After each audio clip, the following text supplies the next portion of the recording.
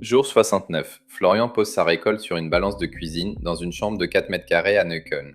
110 grammes. Le vendeur de graines en promettait 70. Il n'avait jamais rien fait pousser, pas même un cactus. Et son seul professeur d'agronomie tenait dans un téléphone. Épisode Cannabis à Berlin, un débutant et son LLM. Chapitre 1. 3 plans, 0 expérience, une chambre à Neukölln. Une loi qui bascule à minuit, 3 graines commandées en ligne, et un type qui n'a jamais gardé une plante en vie. Le 1er avril 2024, à minuit 1, le KenG entre en vigueur en Allemagne. Cannabis-Gesetz, la loi cannabis, 3 plants par adulte, usage personnel, chez soi. Le premier grand pays d'Europe à franchir ce cap. Et quelque part à Neukölln, il faut s'arrêter une seconde, parce que le décor fait partie de l'histoire. C'est le soir, la Sonnenallee bat son plein, l'air sent le zaatar grillé, le tabac froid et le sucre des pâtisseries qui ne ferment jamais. Les Späti tiennent ouvert jusqu'à 3h du matin, néon rose sur des cajots de bière, et servent de salon à ceux qui n'en ont pas. Il suffit de gratter une façade Albo pour trouver 10 couches de graffiti empilées comme des strates géologiques, une par vague d'artistes débarqués dans le quartier avant d'en être chassés par la suivante. À 5 minutes de vélo, le Tempelhoferfeld, l'ancienne piste d'atterrissage nazi devenue un parc immense où des gamins lancent des cerfs-volants au-dessus du béton fissuré, la même où décollaient les avions. Berlin, c'est cette ville-là, celle qui transforme ses cicatrices en terrain de jeu. Arm aber sexy, disait son ancien maire, pauvre mais sexy. La formule a vieilli, les loyers ont triplé et les ateliers qui résistent se terrent au fond des Hinterhöfe,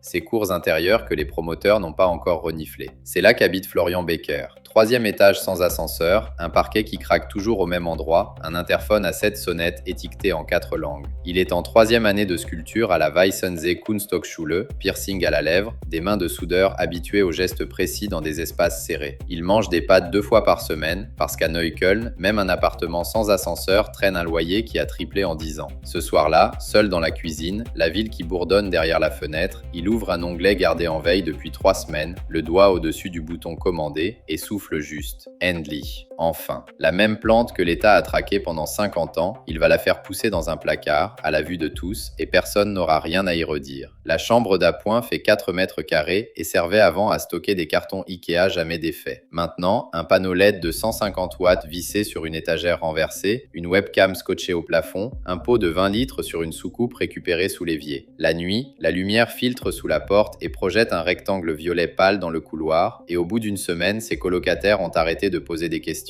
Ils commandent des graines de Northern Light automatique chez Royal Queen Seeds, une autofleur qui déclenche sa floraison toute seule selon son âge et non selon la lumière, réputée pour pardonner les fautes de débutants. Et Florian est un débutant intégral, pas même un cactus à son tableau de chasse, ce qui était peut-être un atout puisqu'il n'avait aucune mauvaise habitude à désapprendre. Ce que personne ne raconte sur la culture en intérieur, c'est le niveau d'attention que ça réclame. Florian entre dans la pièce 10 fois par jour, vérifie la température avec le dos de la main comme on tâte le front d'un enfant fiévreux et perd le sommeil à 2h du matin quand il a oublié de relever l'hygrométrie. Dans 4 mètres carrés, il n'y a qu'un seul plan, alors chaque feuille compte. C'est là qu'entre le LLM, pas comme un moteur de recherche, plutôt comme un pédiatre joignable à 2h du matin qui regarde la photo et tranche, c'est normal, ou bien agissez maintenant. Chaque matin, Florian lui envoie une dizaine de photos, une toutes les 4 heures, près de 2 jours d'historique, avec la même question rituelle. Dis-moi ce que tu vois, dis-moi ce qui a changé, et dis-moi ce que je dois faire aujourd'hui. Il n'envoie pas une image, mais une séquence, et ne réclame pas un état, mais une trajectoire. Avant ça, pourtant, il avait commencé comme tout le monde, 2 semaines sur YouTube, des gros splendides sous 1000 watts où tout semblait simple, presque ennuyeux. Mais aucun créateur ne filmait ce qu'il vivait, lui, à 40% d'humidité et 16 degrés la nuit. Le souci n'était pas que les vidéos soient mauvaises, il était structurel. Chapitre 2.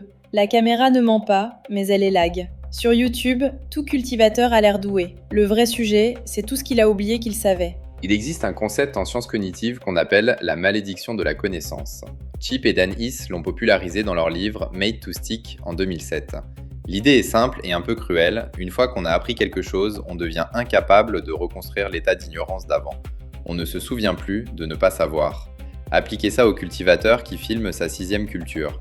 Il ne ment pas, il ne simplifie pas volontairement, mais il a élagué en amont de la caméra des dizaines de micro-décisions qu'il prend désormais sans même les nommer. S'il règle son hygrométrie à 65%, c'est parce qu'à 40, il a cramé une récolte 3 ans plus tôt, sauf qu'il ne le dit pas parce qu'il ne le relie plus à un apprentissage. Il arrose quand le substrat est sec à 2 cm de profondeur, pas selon un calendrier, exactement comme on sale une soupe à l'œil, Et ce geste appris, à force de plantes mortes, il ne le filme jamais. Florian comprend ça mieux que personne parce qu'aux Beaux-Arts, on lui a appris la même chose. On n'expose que la pièce finie sous la meilleure lumière, jamais les maquettes effondrées. Même biais de sélection en culture, les forums débordent de gros parfaits et personne ne poste la plante dont les feuilles ont jauni au bout de 2 semaines.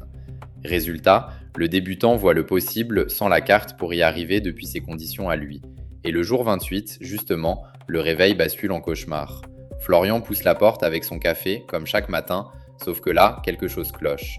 Les feuilles du milieu ont viré au jaune. Pas les pointes, ni la nervure centrale, mais l'espace entre les nervures sur les plus vieilles feuilles d'abord. Il pose sa tasse, s'agenouille devant le pot et lâche. Was ist das denn? Was stimmt nicht mit dir? Qu'est-ce qui se passe? Qu'est-ce qui ne va pas chez toi? C'est la panique du parent qui découvre une tache bizarre sur la peau de son gamin un samedi matin quand le médecin est injoignable et qu'Internet propose 10 diagnostics, dont 3 terrifiants. Il cherche, tombe sur des vidéos de carence en azote et s'apprête à augmenter sa dose d'azote. Ce qui aurait aggravé le problème parce que ce n'était pas l'azote, c'était le magnésium. 2 diagnostics opposés et 2 traitements opposés. Alors il envoie la séquence au modèle, une dizaine de photos des 40 dernières heures. Et là, l'historique change tout. Le modèle ne voit pas une feuille jaune, il voit que le jaunissement a démarré sur 2 feuilles au niveau 3, 32 heures plus tôt, lentement, sans accélération brusque, ce qui écarte le stress hydrique aigu et le choc de pH.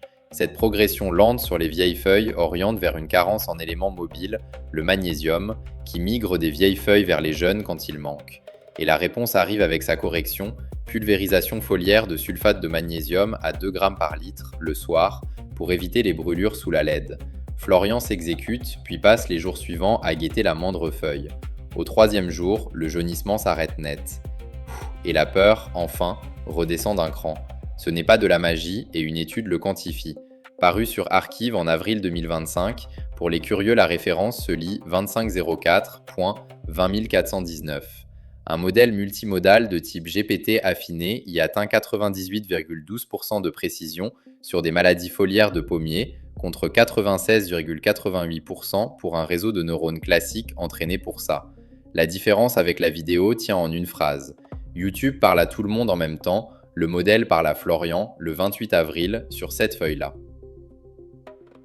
Chapitre 3. Toper au bonjour ou perdre la récolte. Tailler une plante, ça paraît absurde. La tailler un jour trop tard, et c'est la récolte qui paie l'addition. Il faut comprendre une chose sur la croissance avant de tailler. Une plante livrée à elle-même pousse vers le haut, en pyramide, en concentrant ses hormones, l'auxine surtout, dans le bourgeon du sommet, ce qu'on appelle la dominance apicale. En pleine nature, c'est malin, la hauteur donne accès à la lumière. Sous un panneau LED fixé à 60 cm, ça devient absurde. La plante épuise son énergie à allonger une seule tige vers une lumière qui n'est pas plus loin qu'hier, pendant que ses branches latérales croupissent à l'ombre. C'est le raisonnement du bonsaï. On ne lutte pas contre la plante, on redirige son énergie là où l'espace la rend utile. Et rien de tout ça n'est propre au cannabis. Ces gestes marchent sur presque tout ce qui pousse, du basilic à la tomate. Pincez la tête d'un plant de menthe et il arrête de filer vers le haut pour repartir en buisson, bien plus touffu. Le même principe à toutes les échelles. Et c'est aussi une affaire d'économie. Un agriculteur sur 1 hectare ne tope jamais. À cette échelle, on gagne sur le nombre de plants, pas sur chacun. Mais dès que l'espace devient la contrainte, serre bretonne ou placard berlinois, la logique s'inverse. On maximise le rendement par mètre carré et les techniques de conduite deviennent centrales. Toutes cassent la même chose, la dominance apicale. Le topping y va à l'incision, en coupant la tige principale au-dessus d'un nœud pour forcer 2 tiges maîtresses au lieu d'une. Le LST, lui, se passe de bistouri, on attache et on plie les branches à l'horizontale, même résultat, sans cicatrice. Poussez la logique à fond et vous tendez un filet à hauteur fixe, le scrog, pour guider chaque pouce dans une canopée plane qui capte chaque photon sans angle mort, jusqu'à environ 1,5 g de fleurs séchées par watt de lumière installée, selon les guides de culture. Sauf que voilà le piège que YouTube ne résout pas. Ces gestes exigent des décisions datées au jour près. Sur une plante photopériodique, qui fleurit selon la durée d'éclairage, vous gardez une large marge si vous vous trompez d'1 semaine. Mais l'autofleur de Florian, sa Northern Light, n'a pas ce luxe. Son horloge biologique tourne en continu et elle ne vous attend pas pendant qu'elle récupère d'un stress. Elle n'a pas lu le forum. La fenêtre de topping sur une autofleur tient en 4 ou 5 jours, en gros entre le 18e et le 22e jour, et un jour de trop vous fait entrer en floraison avec une plante stressée, le rendement en pâtit lourdement. Or Florian en est au jour 20, une bonne semaine avant que ses feuilles ne jaunissent. Il a regardé 10 vidéos et récolté 4 avis incompatibles, de l'interdiction absolue de topper une autofleur jusqu'au conseil de couper au nœud 5 sur des variétés et dans les conditions qu'il ne peut pas reproduire. Écran refermé, il ne sait toujours pas s'il est dans la fenêtre. Alors il envoie la photo. La réponse arrive. Sur cette image, ta plante a 4 nœuds visibles. La tige principale mesure environ 8 cm, légèrement en retard, sans doute à cause des nuits fraîches des premiers jours. Tu es encore dans la fenêtre, mais à la limite basse. Si tu topes, c'est aujourd'hui ou demain, et voici exactement où couper. Florian lit, relit. Près de 3 semaines qu'il veille ce plan comme un nouveau-né, et un logiciel lui demande de l'entailler. Il attrape ses ciseaux, la main pas tout à fait sûre, et murmure « Ok, ich vertraue dir. Bitte stirb jetzt nicht. D'accord, je te fais confiance. S'il te plaît, ne meurs pas maintenant. » Ce recalibrage sur le retard visible de la photo, aucune des 10 vidéos ne pouvait le faire parce qu'aucun créateur ne filmait ce plan-là, ce jour-là, avec son retard de croissance précis. Alors il coupe. Un seul geste net et la tête de la plante tombe sur le parquet. Puis, plus rien. Pendant 48 heures, elle reste molle, prostrée et lui entre 20 fois dans la pièce, photographie, envoie, le modèle répète la même phrase, c'est normal, elle réoriente ses hormones, attend. Florian n'est sûr de rien. Et puis, au 3e jour, 2 bourgeons percent de part et d'autre de l'incision. 2 jours plus tard, 2 tiges montent en parallèle, vigoureuses, comme si elles n'avaient attendu que cette permission. Florian les regarde longtemps, avec l'œil qu'il pose sur une pièce de métal qui prend enfin sa forme dans l'atelier. Chapitre 4. Nourrir juste, nourrir quand? Un calendrier vous donne une recette. Une plante vivante, elle, vous dit si elle en veut aujourd'hui. Une plante, c'est une usine chimique. Elle aspire du dioxyde de carbone et de l'eau, capte la lumière et en tire ses sucres et ses arômes, toute sa matière vivante. Les nutriments qu'on lui apporte ne sont pas vraiment de la nourriture, plutôt des matériaux de construction, et ses besoins changent radicalement selon ce qu'elle bâtit. 3 nutriments commandent tout, et on les retrouve sur chaque bouteille d'engrais sous 3 lettres, NPK, pour azote, phosphore, potassium. L'azote pousse les feuilles et les tiges, le phosphore travaille les racines puis les fleurs, quand le potassium, lui, veille sur la vigueur d'ensemble. Et la plante n'en réclame pas les mêmes proportions selon son âge. En phase végétative, elle bâtit sa charpente et veut surtout de l'azote, en gros 3 doses d'azote pour 1 de phosphore et 2 de potassium. Puis la floraison se déclare d'elle-même. Vers le jour 25 à 30, sur une autofleur, les premiers pistils sortent, ces petits filaments blancs aux jonctions des branches. La plante entre dans son étirement, le stretch, et peut gagner 30 à 50% de hauteur en une semaine, pendant que l'odeur tourne à la résine. Florian envoie la séquence, le modèle confirme, floraison démarrée, remonte le LED pour suivre la canopée qui grimpe,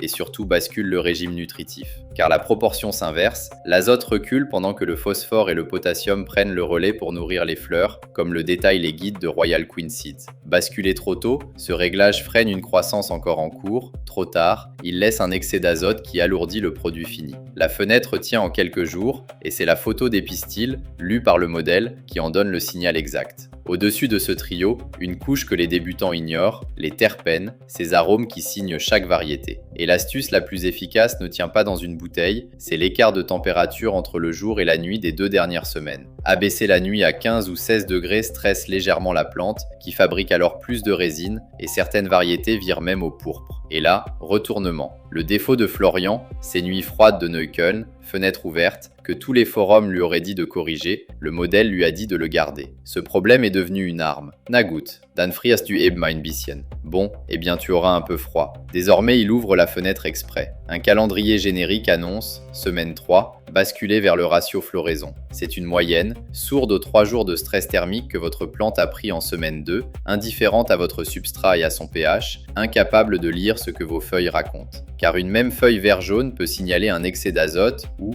à l'inverse, une carence en magnésium, et les deux appellent des gestes opposés. Là encore, ce qui tranche, c'est la vitesse. Un symptôme qui rampe sur 2 jours ne dit pas la même chose qu'un symptôme qui explose en 12 heures. La séquence temporelle, voilà le diagnostic. Florian a eu 3 interventions nutritionnelles guidées sur ses 69 jours. la correction du magnésium au jour 28, une réduction d'azote au jour 35 quand le modèle a vu la saturation avant lui, et le rinçage final à l'eau pure au jour 62 sur analyse des trichomes. Ce dernier point mérite qu'on s'arrête. Les trichomes sont les glandes résineuses microscopiques des fleurs, transparentes au début, qui virent au laiteux à maturité avant de brunir en ambre. 70% de laiteux pour 30% d'ambré, voilà la fenêtre de récolte. Impossible à juger à l'œil nu sans microscope, mais sur une photo macro prise au téléphone, le modèle estime le ratio et date le bon moment, avec une précision qu'un débutant seul dans sa chambre un dimanche soir n'atteindrait jamais autrement. Chapitre 5. 110 grammes et une grille de lecture sur l'IA. 110 grammes sur la balance. Reste la vraie question. Qu'est-ce que ça nous apprend sur l'IA ? 110 grammes secs sur une variété qui en promettait 70 en conditions débutant. C'est un mardi soir de juin, 22h, dehors sur la Sonnenallee des scooters et de la musique qui sortent d'un café. Dans la chambre, les cartons Ikea n'ont toujours pas été défaits. Florian dépose les têtes sèches sur le plateau, une à une, regarde l'aiguille monter, monter encore, s'arrêter. Il reste un instant sans bouger, puis lâche, presque à voix basse. 110 Gramm, Wahnsinn. Das hat tatsächlich funktioniert. 110 grammes, c'est dingue, ça a vraiment marché. Mettons ce chiffre en perspective. 110 grammes au prix de gros berlinois, autour de 10 € le gramme, ça fait 1100 €. Pour un étudiant qui mange des pâtes 2 fois par semaine, c'est 2 mois de course, ou le billet pour l'expo qu'il ne pouvait pas s'offrir. Il a dépassé de plus de moitié ce que le vendeur de graines promettait sur sa propre fiche. L'agronomie de précision qui reste d'ordinaire verrouillée dans les serres industrielles, il l'a fait tenir dans un placard de Neukölln avec un téléphone. Pas une lubie de geek, une décision économique rationnelle, optimisée par un modèle dans 4 mètres carrés. Mais avant les 1100 €, il reste 3 semaines à attendre, parce que la récolte n'est pas la fin. Les fleurs sèchent à l'envers dans le noir, à 18 degrés, et une photo tous les 2 jours suffit au modèle pour lire la couleur des tiges, jusqu'à ce qu'elles craquent au lieu de plier. Trop sec, l'arôme part en foin, trop humide, le botrytis grignote tout en 48 heures. Puis viennent les bocaux, on entr'ouvre chaque jour, 2 semaines de cure, le temps que l'herbe verte devienne autre chose. Au bout de ces 3 semaines, un dimanche, ce dimanche berlinois où la ville entière semble retenir son souffle, magasin clos, rue lente, Florian s'assied par terre dans sa propre chambre, sous un poster de Kara Walker récupéré le dernier jour de l'expo, ses boots de soudure dans un coin avec des traces d'argent fondu sur la semelle. Il ouvre un bocal, l'odeur monte, dense et résineuse, roule un joint pur sur la pochette d'un vinyle qu'il n'a pas davantage les moyens de s'offrir et l'allume. Et une pensée le traverse. Il a cultivé quelque chose de ses mains, ni téléchargé, ni commandé. Son grand-père a grandi à Berlin-Est, il a vu le mur se dresser en une nuit en août 61, et il n'a pas revu sa sœur de Charlottenbourg pendant 28 ans. Sa liberté à lui tenait dans une rue qu'on ne pouvait plus traverser. Florian, né en 89, l'année de la chute du mur, a attendu que ses trichomes soient à 70% laiteux. Les générations ne livrent pas les mêmes batailles, et un modèle l'a accompagné à chaque étape sans jamais juger ses conditions bricolées. Chacune de ces décisions précises aura fait l'écart, et toutes sont nées du même mécanisme, un conseil daté, adapté à l'état réel de cette plante, plutôt qu'extrait d'une source optimisée pour la moyenne. Soyons honnêtes sur ce que ça ne prouve pas. Le LLM ne bat pas un expert humain dans la pièce, un cultivateur chevronné venu 1 heure par semaine aurait fait mieux. Et il n'est pas infaillible. Sur le topping, il a d'abord hésité. Florian a dû renvoyer une photo plus nette. Les revues scientifiques de 2025 sur l'IA agricole le disent, les modèles identifient souvent bien le symptôme, mais peinent à expliquer le mécanisme de façon fiable, ce qui fragilise la confiance quand le conseil heurte l'intuition. Ce que l'expérience dit, en revanche, est considérable. Le LLM a comblé un écart qu'aucun média d'apprentissage ne savait franchir, ni le livre ni la vidéo, celui entre le conseil général et la situation particulière. Une affaire d'adressage, pas de quantité. Pas une encyclopédie améliorée, Google faisait ça depuis 25 ans, mais une interface entre un savoir général et votre situation précise, en temps réel. Pensez aux médecins qui lisent vos analyses dans le fil de votre histoire, pas des valeurs de référence pour un patient abstrait, ou aux profs de code qui voient où vous bloquez, vous, pas où butent les débutants en général. Cet écart a toujours existé. Ce qui change, c'est qu'un outil le traverse enfin à grande échelle, pour n'importe qui, dès qu'on s'est montré sa situation réelle. Florian, lui, a récolté 110 grammes, et une grille de lecture sur l'IA qu'aucune vidéo ne lui aurait offerte. Vous écoutiez Cannabis à Berlin, un débutant et son LLM. Merci d'avoir écouté jusqu'au bout. Si cet épisode vous a donné une grille utile, pas celle qui impressionne mais celle qui s'adapte, partagez-le à quelqu'un qui croit encore que YouTube suffit.